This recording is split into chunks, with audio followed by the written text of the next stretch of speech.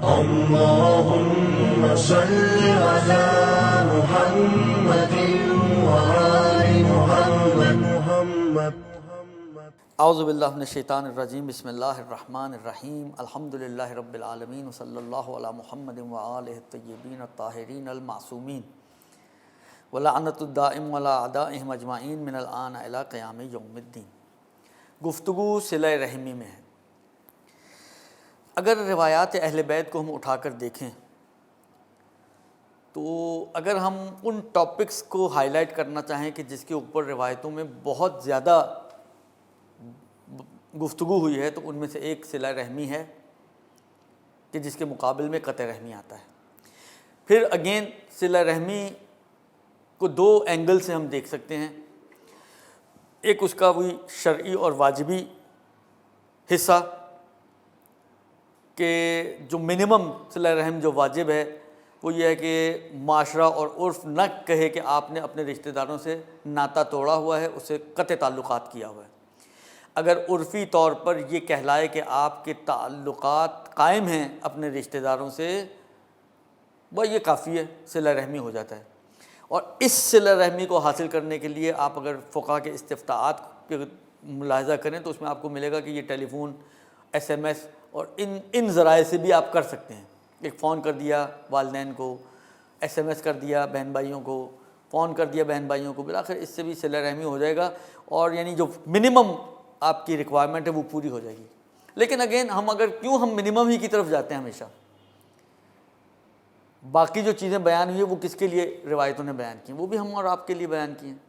لہذا ہم اس کو تھوڑا وسیع دائرے میں ہم دیکھنا چاہتے ہیں اور اس کے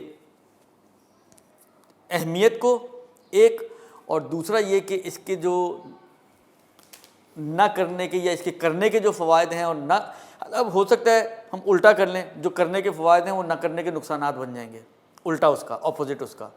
مثلا فرض کریں روایتوں میں بہت کثرت سے آیا ہے کہ صلہ رحم کرنے کا فائدہ یہ ہے کہ آپ کی عمر میں اضافہ ہوتا ہے، تو نہ کرنے کا نقصان اس کا اپوزٹ ہو جائے گا، یعنی عمر سے کمی آ جائے گی. اسی طرح یہ سارے اپوزٹ چلتے ہیں. تو ہم اس کو اگر اس اعتبار سے دیکھیں تو جو واجب میں نے بتایا کہ اس حد تک ہے. اب کون سے رشتہ دار، جہاں تک کون سے رشتہ داروں کا تعلق ہے تو صلہ رحمی کے دائرے میں وہ رشتہ دار شامل ہوتے ہیں کہ جن رشتہ داروں کے ساتھ ہمارا خونی رشتہ ہے. خونی رشتہ ہے جیسے ماں باپ، بہن بھائی، دادا دادی، نانا نانی، اس کے اوپر جتنے بھی چلے جائیں. اسی طرح بہن بھائی اولادیں جتنے بھی نیچے چل جائیں، بہن بھائی ان کی اولادیں، چچا تایا پھوپھی ماموں خالہ ان کی اولادیں، یہ سارے ہمارے خونی رشتہ دار ہیں کہ جو وراثت ہم سے پا سکتے ہیں، وہ سب اس میں شامل ہیں. اچھا، جو وراثت پا سکتے ہیں، وراثت کے اندر ایک بحث آتی ہے کہ اگر بہن بھائی موجود ہوں تو ان کی اولادوں کو نہیں ملتا. صلہ رحمی میں یہ ترتیب نہیں ہے ایسی کوئی کہ اگر بہن بھائی ہیں تو بہن بھائی سے آپ کر لیں تو ان کی اولادوں سے ساقط ہو گیا، ایسا کچھ نہیں ہے. صلہ رحمی میں سب ایک ہی لیول میں ہیں. جس طرح بہن بھائیوں سے کرنا ہے صلہ رحمی، اس طرح ان کی اولادوں سے بھی کرنا ہے. جس طرح چچا تایا پھوپھی ماموں خالہ سے کرنا ہے، اسی طرح ان کی اولادیں بھی شامل ہیں. البتہ یہ فرق ہو سکتا ہے کہ مراتب صلہ رحمی کے مختلف ہوں. والدین کی نسبت ایک چیز جو ہو، جو عرف میں کہلائے کہ کم سے کم یہ ہونا چاہیے، وہ ممکن ہے باقی رشتہ داروں میں ایسا نہ ہو. مثلا ایک ایس ایم ایس والدین کی نسبت ہو سکتا ہے کافی نہ ہو. والدین کے لیے مثلا اگر آپ کے شہر میں ہوں خاص طور پہ تو آپ کے لیے عرف یہ سمجھتا ہو کہ آپ آئیں جائیں ان کے پاس، ملنے جائیں، ان کی زیارت کے لیے جائیں. خالی ایس ایم ایس کر کے کافی نہ سمجھیں اس کو. لیکن یہ ایس ایم ایس ممکن ہے اپنے کزنز کی نسبت آپ ایس ایم ایس بھی کر لیں تو کافی ہو جائے. تو یہ مراتب میں فرق ہو سکتا ہے، لیکن بالآخر سب کا صلہ رحم واجب ہے، سب ایک ہی لیول پر ہیں اس اعتبار سے کہ سب کے ساتھ صلہ رحم کرنی ہے. ان میں کوئی تفریق نہیں کہ یہ ہو تو اس سے کر لو تو اس سے ساقط ہو گیا، ایسا کچھ نہیں ہے. یہ دوسری چیز. تیسری چیز یہ کہ آیا رشتہ داروں میں کوئی فرق پڑتا ہے کہ کوئی نیک مومن متقی خیال رکھنے والے رشتہ دار ہوں تو ان سے واجب ہے، اور جو ویسے ہی آپ کے ساتھ تعلق نہ رکھنے والے ہوں تو ان سے آپ کے اوپر واجب نہیں ہے، ایسا کچھ فرق؟ تو اس کا جواب یہ ہے کہ جی نہیں، ایسا بھی کوئی فرق نہیں ہے. رشتہ دار چاہے سامنے سے وہ اپنی ذمہ داری پوری کر رہے ہوں، یعنی وہ بھی آپ کے ساتھ تعلقات رکھ رہے ہوں، تب بھی آپ پر واجب ہے کہ آپ ان کے ساتھ تعلقات نہ توڑیں، اور رشتہ دار جو ویسے ہی آپ سے نہیں میل ملاپ رکھنا چاہتے تب بھی آپ پر ضروری ہے کہ آپ اپنی حد تک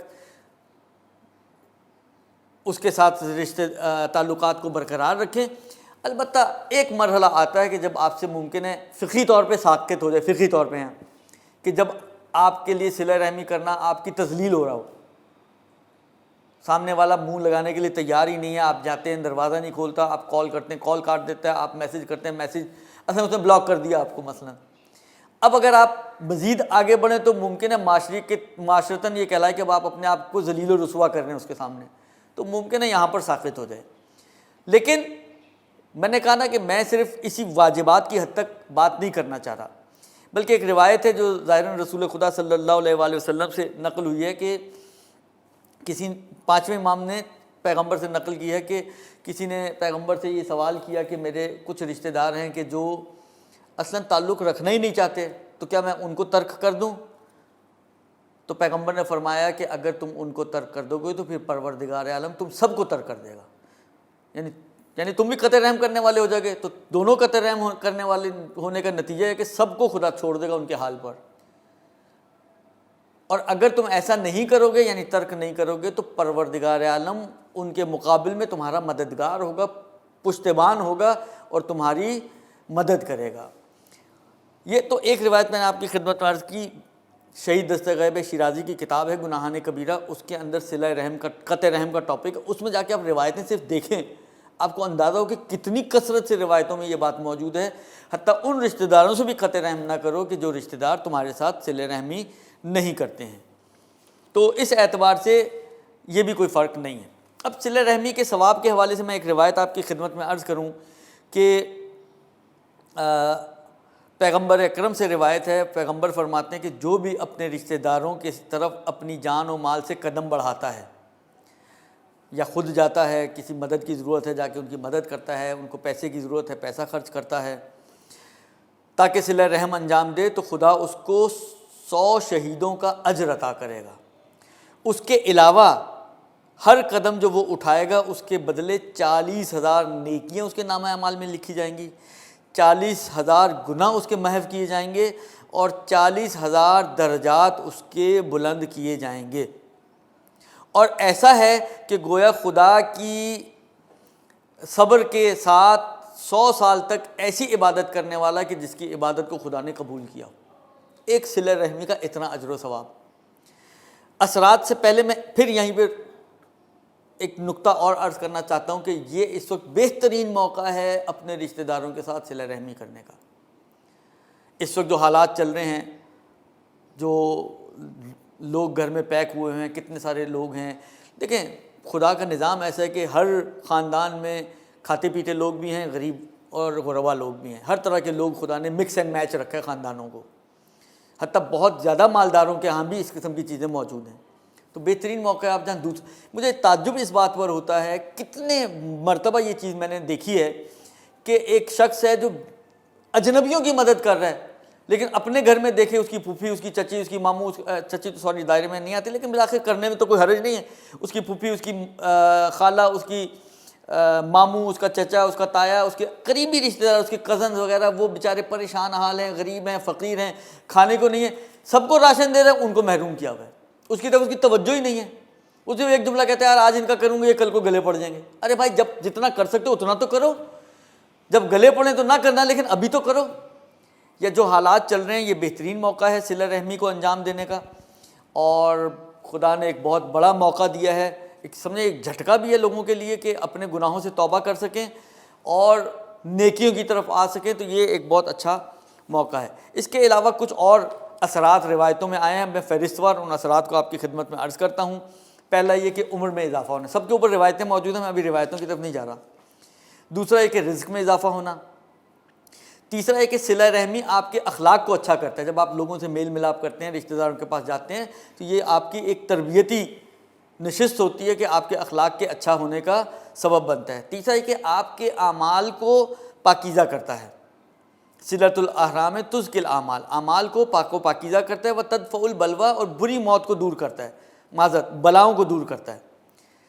ایک اور پانچواں اثر یہ ہے کہ موت کی آسانی اور حساب کتاب کی آسانی کا سبب بنتا ہے۔ روایت کے اندر یہ ہے کہ صلہ رحمی جو ہے قیامت میں حساب کتاب کو آسان کرتا ہے اور بری موت سے بچاتا ہے۔ اور چھٹا اثر یہ ہے کہ شہروں کو آباد کرتا ہے۔ روایت ہے کہ صلۃ الرحم و حسن الجوار یعمران الدیار، کہ صلہ رحم اور پڑوسیوں سے اچھا برتاؤ کرنا یہ شہروں کو آباد کرتا ہے۔ یہ کچھ اثرات ہیں جو صلہ رحم کے، اس کے میں نے کہا نا برعکس کر لیں قطع رحم کے، تو وہ ٹاپک بھی اسی کے ساتھ آپ سمجھ سکتے ہیں۔ وصلی اللہ علیہ وآلہ وسلم۔ اللهم صل على محمد وآل محمد